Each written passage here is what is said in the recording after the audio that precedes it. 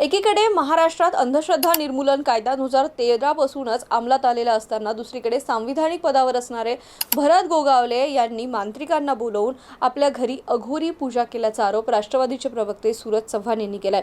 याआधी देखील वसंत मोरे यांनीही अशाच प्रकारचे आरोप करत गोगावले यांनी 17 ऑक्टोबर 2024 ला बागलमुखी मंदिरामधून 11 पुजारी बोलवून अघोरी पूजा केली होती आणि एवढंच नाही तर राज्यासह इतर राज्यातूनही मांत्रिक घरी बोलवले होते आणि पूजा केल्याचंही त्यांनी सांगितलं होतं। तसेच जर गोगावले यांनी नाकारले तर मांत्रिकाचे आणि पूजेचे व्हिडिओ आमच्याजवळ आहेत आणि आम्ही अंधश्रद्धा निर्मूलन समितीकडे तक्रार करू असंही त्यांनी सांगितलं। वसंत मोरे यांनी केलेले हे सगळे आरोप एकनाथ शिंदे यांचे आमदार म्हणजेच भरत गोगावले यांनी फेटाळून लावलेत।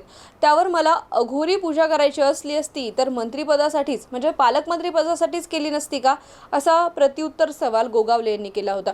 त्यावर राज्याचे राष्ट्रवादीचे सूरज चव्हाण यांनी एक व्हिडिओ शेअर करत असा दावा केला आहे की भरत गोगावले यांनी निवडणुकीपूर्वी त्यांच्या घरी एक अघोरी पूजा केली होती। हा व्हिडिओ पोस्ट शेअर करत सूरज चव्हाण यांनी भरत शेठ आणि अघोरी विद्या म्हणजेच पालकमंत्री का असा प्रश्न देखील उपस्थित केलाय।